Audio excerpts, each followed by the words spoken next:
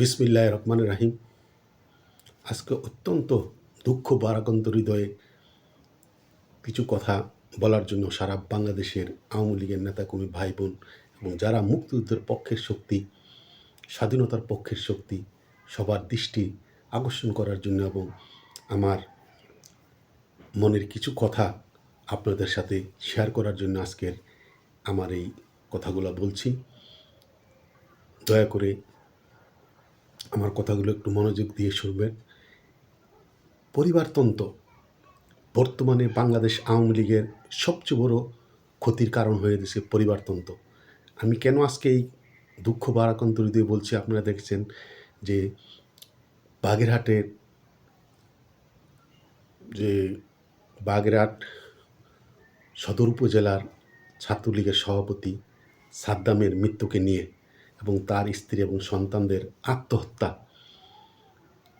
এটা একটা হৃদয় বিদারক ঘটনা। শুধু বাংলাদেশ নয়, সারা পৃথিবীতে এই ঘটনাটি ছড়িয়ে গেছে মিডিয়ার মাধ্যমে। তাই সারা বিশ্ব দেখছে যে কী একটা দুঃখজনক ঘটনা ঘটেছে। তাই বাংলাদেশের একজন আওয়ামী লীগের কর্মী হিসাবে আমি সেই ব্যাপারে কেন আমাদের আজকের এই অবনতি, আমি দুঃখ নিয়ে বলতে চাই যে ওই নির্বাচনী আসনের এমপি ছিল কে? বঙ্গবন্ধু কন্যা শেখ হাসিনার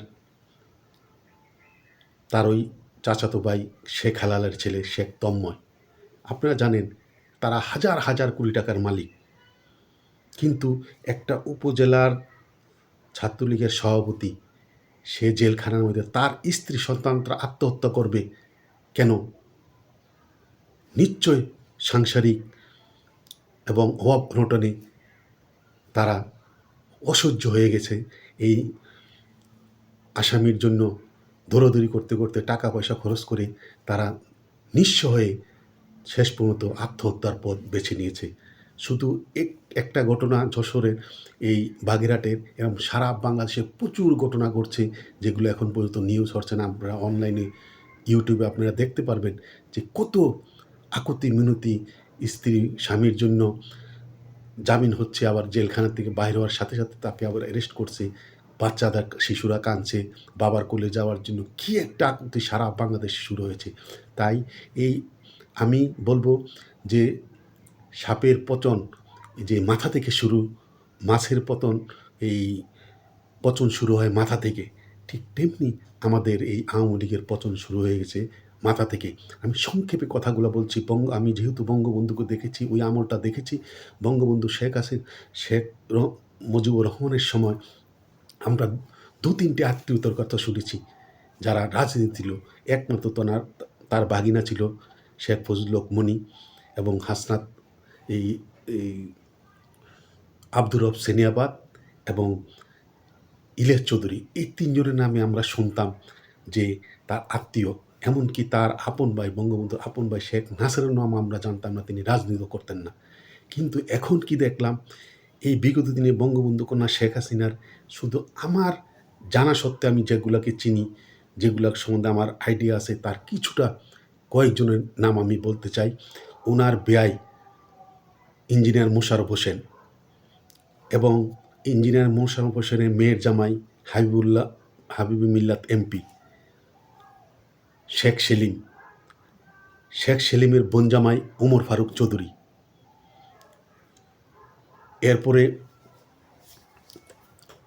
শেখ সেলিমের ভাইরা সিরাজউদ্দৌলা এমপি, আবুল কালাম আজাদ এমপি, এরপরে ফজলুনুর তাপস, শেখ পরশ, শেখ হেলাল, শেখ হেলালের ছেলে শেখ তন্ময়, হাসনাত আবদুল্লাহ ছেলে সাদেক আবদুল্লাহ, হাসনাত আবদুল্লাহর ভাই আবুল খায়ের আবদুল্লাহ, ইলিয়াস চৌধুরীর ছেলে নূর আলম চৌধুরী, লিটন চৌধুরীর ভাই নিক্সন চৌধুরী, বাহাদ্দিন নাসিম, বাহাদ্দিন নাসিম, আমির হোসেন আমু, মাহবুল আলম হানিফ, শেখ কবির, জাহাঙ্গীর কবির নানক, পাপন, জিল্লুর রহমানের ছেলে পাপন এমপি, গাইবান্ধার এমপি মাউয়ারা গিনি,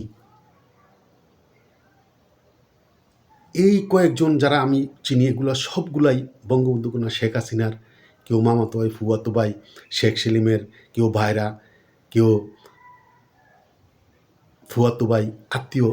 এই এতজন সম্ভবত, আমি শুধু এই 22 জনের নাম বললাম, সবগুলাই বঙ্গবন্ধু কন্যা শেখ হাসিনার খুব কাছের নিকটাত্মীয়।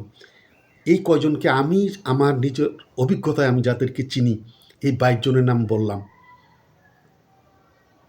22 জন যদি, আর তাদের মধ্যে এমন অনেকে আছে আপনারা আশ্চর্য হয়ে যাবেন, তাদের কাছে বঙ্গবন্ধু কন্যা শেখ হাসিনার কাছে যাওয়াটা সহজ হতে পারে, কিন্তু তাদের কাছে যাওয়া সহজ না। তাদের এত দম্ভ ছিল। মোশাররফ হোসেন বলেন, শেখ সেলিম বলেন, হাসনাত আবদুল্লাহ, শেখ হেলাল, পাপন, বাহাউদ্দিন নাসেম, আমির হোসেন আমু, জাহাঙ্গীর কবির নানক, এক একজন তাদের এতই দম্ভ, তারা সবাই মনে করেছে আওয়ামী লীগটা তাদের পিতৃ সম্পত্তি। বাংলাদেশে এরম অনেক নেতাকে আমি চিনি, খুব কাছ থেকে দেখেছি। চট্টগ্রাম যেহেতু ছিলাম, এবিএম মহিউদ্দিন চৌধুরীকে খুব কাছ থেকে দেখেছি।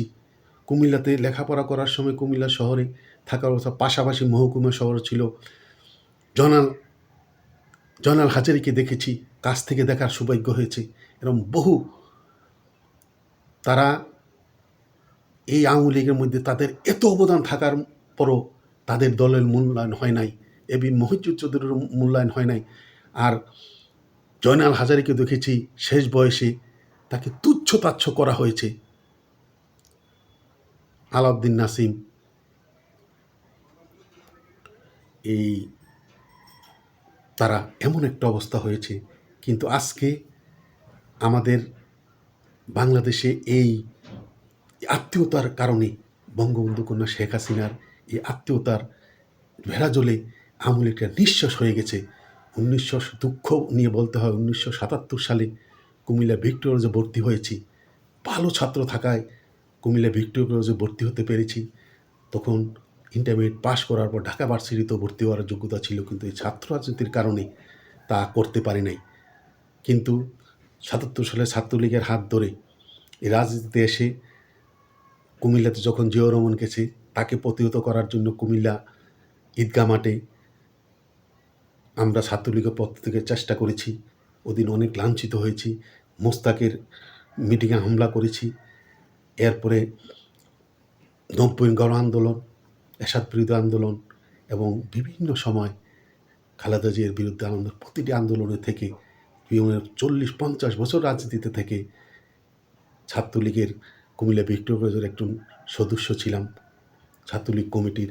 এরপরে যুবলীগের একটি ঢাকা শহরে একটি ওয়ার্ডে যুবলীগের সভাপতি হওয়ার যোগ্যতা থাকা বড় হতে পারি নাই। সিনিয়র সহসভাপতি বানানো হয়েছে, যেহেতু আমি এখানের স্থানীয় না। এই পরিবারতন্ত্র এভাবে আওয়ামী লীগকে নিঃশেষ করে দিয়েছে। 2018 সালে একটি থানার কমিটিতে সদস্য হিসাবে, কার্যকরী সদস্য হিসাবে কমিটিতে দেওয়া হয়েছিল, হাসনাত মুরাদ কমিটিতে। সেই কমিটিও আলোর মুখ দেখে নাই। এভাবে 50 বছর 40 বছর রাজনীতির মাঠে থেকে একটা কমিটিতে পদ পাই নাই। কিন্তু এমন অনেককে আমরা চিনি, শেখ পরশ, তাপস এবং তন্ময়, যাদেরকে আমরা দেখেছি, কোনোদিন রাজনীতির মাঠে দেখি নাই, কিন্তু তারা কেউ মন্ত্রী, কেউ এমপি, কেউ মেয়র এভাবে হয়েছে। আওয়ামী লীগকে এভাবেই পদে পদে আওয়ামী লীগের কর্মীরা বঞ্চিত হয়েছে।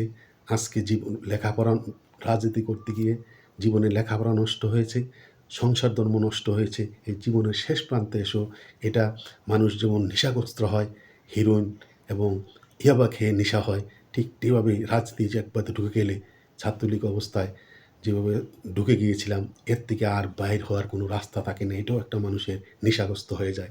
জীবনের শেষ প্রান্তে এসেও আওয়ামী লীগ করে যাচ্ছি। এই 2015 সালের দিকে ফেসবুক চালাচ্ছি। এই ফেসবুকের, আমার ফেসবুক আইডিতে ঢুকলে দেখবেন 2015 সাল থেকে এখন পর্যন্ত একদিনের জন্য মনে হয় দলের কর্মকাণ্ড থেকে বিরত ছিলাম না, কিন্তু এরপরে আমাদের মূল্যায়ন হয় না। জীবনে দলকে ব্যবহার করে ৳১ সুবিধা নেয়নি। আজকে হাজার হাজার কোটি টাকা, এই শেখ তন্ময় হাজার হাজার কোটি টাকার মালিক। তার ওখানে একজন উপজেলা ছাত্রদলের ছাত্রলীগের সভাপতি, সে তার পরিবার অভাবে অনটনে আত্মহত্যা করবে, এর থেকে দুঃখের ব্যাপার আর কিছু হতে পারে না।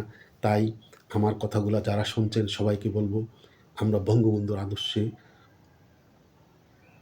উজ্জীবিত হয়ে এই আওয়ামী লীগ করছি, জীবনের শেষ মৃত্যু পর্যন্ত এই করে যাব। কিন্তু এই কথাগুলা সবাইকে স্মরণ করে দিচ্ছি যে আগামীতে যেন এই পরিবারতন্ত্র যেই শুরু হয়েছে, এই পরিবারতন্ত্র বাংলাদেশে যে যেখানে এমপি হয়েছে, মন্ত্রী হয়েছে, তার ছেলেরা এমপি মন্ত্রী হচ্ছে, যে দলের সভাপতি সাধারণ সম্পাদক হচ্ছে, তার ছেলেমেয়েরা দলের সাধারণ সম্পাদক হচ্ছে।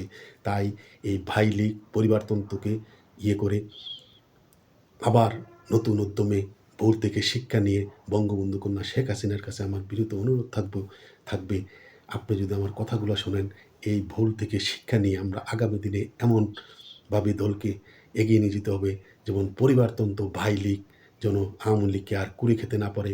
আওয়ামী লীগের আজকের এই অধঃপতনের একমাত্র কারণ ভাই লীগ এবং এই পরিবারতন্ত্র। সারা বাংলাদেশে এমপির ছেলে এমপি হচ্ছে, মন্ত্রীর ছেলে এমপি হচ্ছে, দলের সভাপতি সাধারণ সম্পাদকের ছেলেমেয়েরা সাধারণ সম্পাদক হচ্ছে। এভাবে দলটাকে নিঃস্ব হয়ে গেছে। তাই জীবনের অভিজ্ঞতা থেকে বলছি, 1975 থেকে 96 সাল পর্যন্ত 21 বছর রাজপথে আন্দোলন সংগ্রামে থেকে যে জীবদ্দশায় যে আওয়ামী লীগ ক্ষমতায় আসবে তা ভাবি নাই, কিন্তু আল্লাহর রহমতে তা হয়েছে। কিন্তু এখন আবার যেই অবস্থা সৃষ্টি হয়েছে আমাদের জীবদ্দশায়, আর দেখে কিনা আওয়ামী লীগ ক্ষমতায়।